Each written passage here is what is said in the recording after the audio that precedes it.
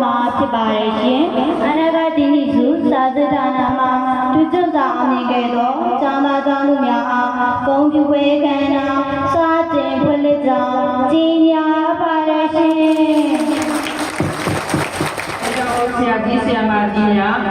ကျောင်းသားမိဘများအားလုံးကိုမင်္ဂလာပါလို့ဥစွာပထမနှုတ်ခွန်းဆက်သလိုက်ပါတယ်။ယခုခန္ဓာဒီစုပေးပွဲလည်းဖြစ်ပါတယ်။အချင်းချင်းနိုင်တဲ့ဆွေးနွေးပွဲလည်းဖြစ်ပါတယ်။ဒီမှာဆိုရင်ဒီထိုးချုပ်သောအောင်မြင်တဲ့ကျောင်းသားကျောင်းသူလေးတွေရဲ့အတွေ့အကြုံကိုဟောပြောချက်တွေကို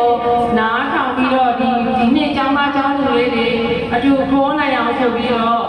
ဒီဆရာထက်တန်အောင်ဆိုပြီးတော့စီစဉ်ပေးတဲ့ပွဲလေးလည်းဖြစ်ပါတယ်ဒီနေ့အခုလိုကျွန်တော်တို့ဒီပဲနော်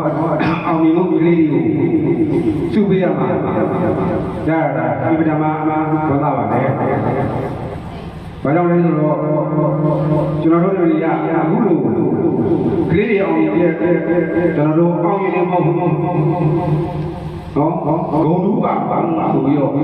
ပါလာတဲ့အတွက်အဲ့ဒီညပဲကျွန်တော်တို့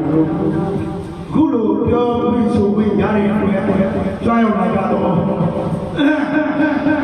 အဲ့ဒီတော့ညာရောင်များပြီလားသူအားဖြင့်ကျွန်တော်တို့ဒီလိုသူကြီးရောခင်အားတောင်းပြီးတဲ့တော့ဥအောင်ဆောင်ပြီးစမိုင်းတော်တင်းတင်းနဲ့တူတော်မှာကောင်းချင်ပါနဲ့ကောင်းချင်ပါလားသူပဲကြည့်ပြီးကြောင်းပြောကြတယ်ကျွန်တော်တို့လည်းရှိအလမန်လူကြောင့်ဥထုံမှုရဲ့ဥတည်မှုလေးဖြစ်ပါတယ်ကျွန်တော်တို့ဒီအလမန်လူကြောင့်အထက်ကခွဲအောင်ကျင်းဒီမှာနိုင်ရအတွက်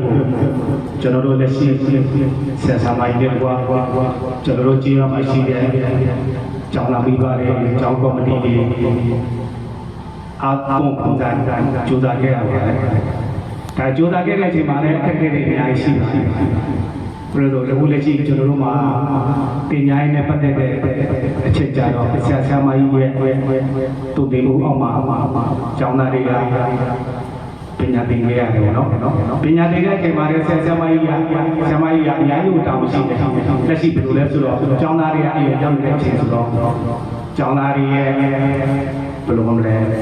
လမ်းမရောက်နော်စာရီအမြဲတမ်းကြိုးစားဖို့ပြီးတော့လည်းအချိန်နဲ့အညီအချိန်နဲ့ဒီဒီကိုတစ်စိမ့်မမှန်နဲ့တင်ကြပြီးခဲ့တဲ့အတွက်အခုလိုမျိုးအောင်မြင်မှုရရှိပါတယ်တက္ကသိုလ်ဝင်စမေးဘက်မှာထူးခြားစွာအောင်မြင်ခဲ့ကြတဲ့ကျောင်းသားကျောင်းသူများအားစုချီးမြှင့်ပွဲခမ်းနားမှာစကားပြောခွင့်ရတဲ့အတွက်ကျွန်တော်အနေနဲ့အထူးပဲမတ်တာပီတီဖြစ်ကြောင်းပြောကြပါတယ်အားလုံးကြွရောက်လာကြတဲ့ကျွန်တော်ဒီကျေးဇူးအထက်ကရဲ့တောင်းထမ်းဆောင်ခဲ့တဲ့ဆရာကြီးပေါ့ဆိုရင်ခုတော့ရန်ကုန်တော့ကျောင်းနေတော့ပါပါတယ်ကျွန်တော်တို့ရန်ကုန်မှာ10တန်းတက်တော့ရန်ကုန်မှာ10တန်းတက်တော့ဆရာကြီးကတောင်းကြတယ်အထက်ကပြင်ရန်ကုန်ဆိုကျွန်တော်ကျောင်းသားကျောင်းသူတွေစိတ်ချလို့ပြောနေတာစိတ်ချကျောင်းအဲ့ဘက်တချို့မှာအဲ့ဘက်ဘောဝိုင်းမတန်နာမည်ကြီးတဲ့ကျောင်းအောင်ချက်ကောင်းတဲ့ကျောင်းကောင်းတဲ့ကျောင်းဆောင်းကောင်းတဲ့ကျောင်းမိဘတွေပြန်မှုကောင်းတဲ့ကျောင်းတို့နာမည်ကြီးတာအဲ့ဒီကျောင်းကိုကျွန်တော်တို့ကျေးဇူးမှာတောင်းထားခဲ့တဲ့အကြောင်းကြီးတောင်းထားတဲ့ဆရာကြီးပေါ့ဆိုပြီးရန်ကုန်အထက်ကရန်ကုန်စိတ်ချကျောင်းအနေပြီးတော့တောင်းနေမအားတဲ့ကြတာသူတောင်းထားခဲ့တဲ့ဒီအထက်ကကျေးဇူးချိန်ပေးပြီးကြွရောက်အားပေးတဲ့ဆရာကြီးကိုနောက်ပြီးတော့ကျေးဇူးကျောင်းကလက်ရှိကျောင်းဆရာမကြီးဒေါက်တာဆွေဦးကိုကျွန်တော်တို့ဖိတ်ကြားတဲ့အတွက်ကြောင့်ဒီကိုရောက်လာတဲ့အထက်ကပွဲတူကြောင့်ကဆမကြီးကမြောက်ကြီးအထက်ကပွဲကျွန်တော်တိကစောင်းဆမကြီးဘဝရွှေမှအနေနဲ့ကတော့ဒီရန်ကုန်အကျိုးဆောင်အဖွဲ့အနေနဲ့ပေါ့နော်ဒီမှာပြောပြချင်တာလေးရှိပါတယ်။ဒါလည်းဆိုလို့ရှိရင်ဒီကျောင်းမှာပေါ့နော်ဒီစာတိဌာနကဆံမေးပွဲဟိုဘူးနဲ့ပါတဲ့ကလေးရှိတယ်ရိုးအောင်တဲ့ကလေးရှိတယ်ပေါ့။ဒီလိုပဲဖြစ်ဖြစ်ဒီကျောင်းသားတွေအောင်မြင်အောင်ဆိုတာမှာပေါ့နော်ဒီဆရာမတွေကစူးစမ်းပြီးသင်လို့တာတွေအောင်မြင်သွားတာပေါ့နော် တကယ်လို့ဆရာမတွေကစူးစမ်းပြီးမသိလို့ရှိရင်ဒီကလေးတွေကမအောင်မြင်နိုင်ပါဘူးသူတို့တွေဘာမှမတက်တော့ဘူးအဲ့တော့ဒီအောင်မြင်အောင်ဒီစူးစမ်းပြီးတော့သင်ပြီးတဲ့ဆရာမတွေရောကျောင်းသားတွေရောအားလုံးကတော့ဒီမှာနေမထိတ်တန်တဲ့ပုံပြပါတယ်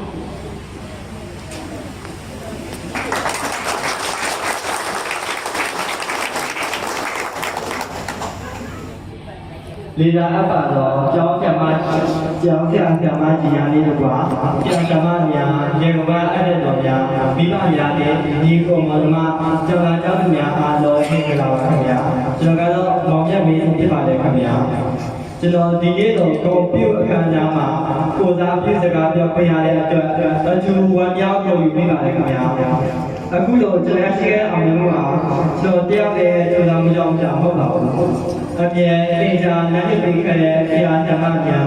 အပေးပေးခဲ့တဲ့မိဘများနဲ့မိသားစုဝင်များအထူးတော့ကစူးစမ်းခဲ့တဲ့ငယ်ချင်းများအားလုံးရဲ့အရှင်မြောက်ပဲဖြစ်ပါတယ်ဆရာဓမ္မများအနေနဲ့ကတော့အားလုံးက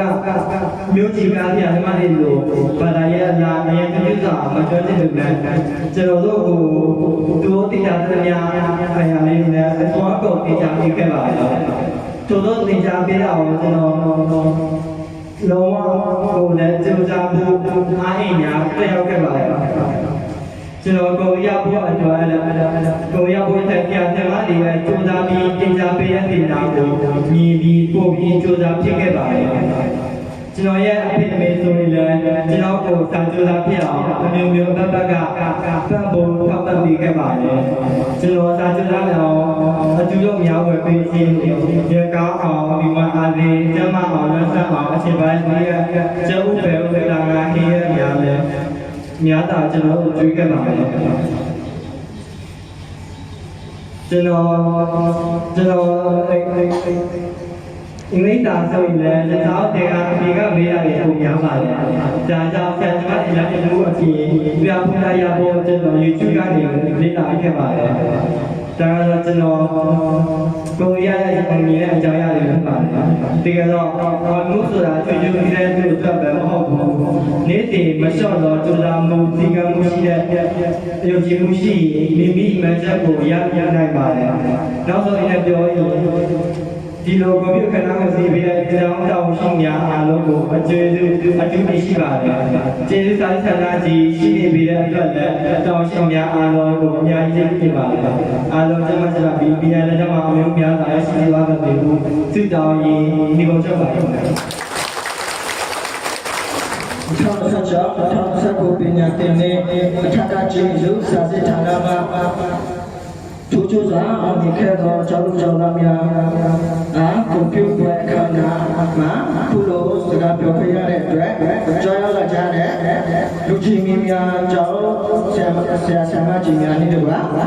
ဆရာဆရာမများကျောင်းသားမိဘများနေကျောင်းသားကျောင်းသူညီကိုမောင်များအလုပ်လုပ်ပဲအထူးကျေးဇူးရှင်ပါတယ်ခင်ဗျာကျွန်တော်ခုလိုဆံခွဲအောင်ရတဲ့အကြောင်းရင်းကတော့ဥထေဥသိပါပဲကျောင်းဆရာဆရာမကြီးတွေနဲ့ဆရာဆရာမတွေတကယ်ကျေဘောဖို့ရဲ့ကျေးဇူးကြောင့်ပဲဖြစ်ပါတယ်ပထမဦးစွာကျေးဇူးတင်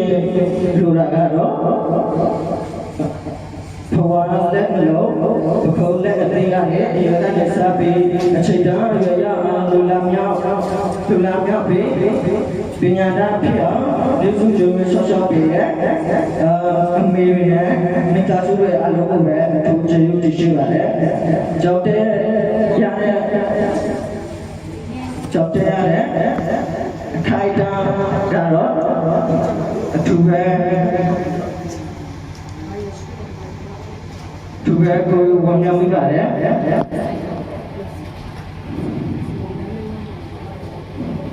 နောက်ထပ်ကျေးဇူးတင်ဥထိုင်လိုရကတော့ကျောင်းဆရာဆရာမတွေပဲဖြစ်ပါတယ်ကျွန်တော်ခုလိုဆရာမခွဲတို့မှာအမဘကောင်းနဲ့ကိုလူတွေဝိသစံနဲ့အော်ရတဲ့ချောင်းရည်ကဆရာဆရာမတွေရဲ့အထောက်ကြိုးစားမှုကြောင့်ပဲဖြစ်ပါတယ်ကျောင်းဆရာဆရာမတွေကတော့ကျောင်းသူကျောင်းသားများရဲ့အဖို့မှာ မျော်လင့်ချက်တွေအများကြီးထားပြီးတော့ကျွန်တော်တို့ကိုစူးစမ်းပြီးတော့စာသင်ကြပါရဲ့ကျွန်တော်အခုလိုစာပွဲအောင်မြင်တဲ့အကြောင်းရင်းကိုဥခံရှိပါလေဗျာ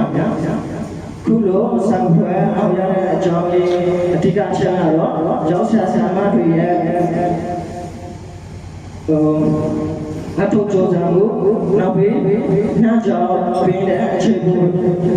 ကိုလည်းခေါ်တဲ့အကြောင်းခေါ်တဲ့အတွက်ကြောင့်ကျွန်တော်တို့အခုလိုဆံပွဲရတဲ့အကြောင်းရင်းဖြစ်ပါတယ်ဆရာဆရာမတွေအခုလိုညကြောင်တွေအချိန်တွေခေါ်ရတာကအထူးပဲပြီးပါပါခင်ဗျာကျောင်းဆရာဆရာမတွေရဲ့အပြင်တော်မှုတွေကိုထောက်ပြီးတော့ကျောင်းသားတွေကိုစာကြိုးစားစစ်ချပါခင်ဗျာနောက်ပြီးကျောင်းတက်နေတဲ့တော်တွင်မှာစာမရတဲ့ကျောင်းသားတွေထမှာတကယ်ချင်းတွေကျောင်းသားတွေဗျာစာကြိုးစားစစ်ချပါလေအောင်မြင်တဲ့သူတွေကအလုံးအခုကိုစားလို့တဲ့ခါမှာရှေ့ဥစွာကျဆိုတတ်ကြပါတယ်။ဒါပေမဲ့အဲ့ဒီကျဆိုမှုတဲ့ကနေဒီကစားရေးချင်ပါလိမ့်မယ်။ကျွန်တော်တို့အကြောင်းကျဆိုရတာလည်းဒါကြောင့်အောင်မြင်ရတာလည်းကျဆိုမှုတဲ့ကနေဒီကစားတွေကိုယူစေချင်ပါလိမ့်မယ်။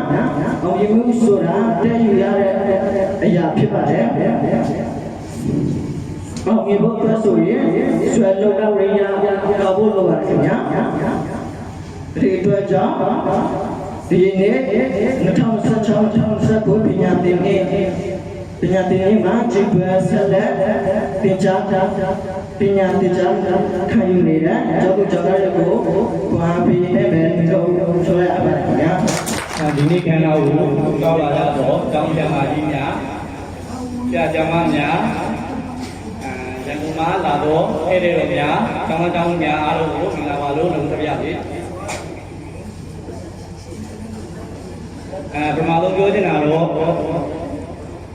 တောင်းဝေလို့ပြီးခဲ့တဲ့ဒါရဲ့ပြည်နေပြီလေဒီလူတွေမှာညာပြီးတော့တောင်းဝင်ခဲ့တဲ့ကဒီကံကောင်းအောင်တနည်းကြသင်ကြားပြီးခဲ့တဲ့ဒီကရန်ဒီလေတန်းမှာပြာမများတူချင်းစီကိုဒါဒီလူတွေမှာညာဆရာတန်းစင်ကိုရောက်ကြည့်တဲ့အခါမှာလည်းတကယ်မရှိအောင်သင်ကြားပေးတဲ့ဆရာမများကိုလည်းအထူးကျေးဇူးတင်ပါတယ်ပြီးတော့ဒီရွယ်တက်နေတဲ့ကြောင်လုံးမှာဓမ္မိုက်တာပြန်ပြီးတရားခဲ့တဲ့ကလေးတွေကိုပြမထားပဲနဲ့မိခင်ကြောင့်ပဲသူမြတ်တာအကြည့်ပေးပြီးဒီရက်မှာတော့ဥပမာနိုင်ငံသင်ကြားခဲ့တဲ့အပြင်ဒါတို့လိမ္မာရေးသေးအောင်ဒီကံကျန်နေကြသင်ကြားပေးခဲ့တဲ့ဒါတို့ရဲ့ဓမ္မိုက်ကြာမှာဓမ္မတော်များရုပ်လည်းအထူးကျေးဇူးတင်ပါတယ်ခင်ဗျာ ဒီမှာကျောင်းသားမိဘတွေနဲ့ကျောင်းသားများနောက်ဆက်တွဲဆင်းနေကြပါလေ။ကျန်တဲ့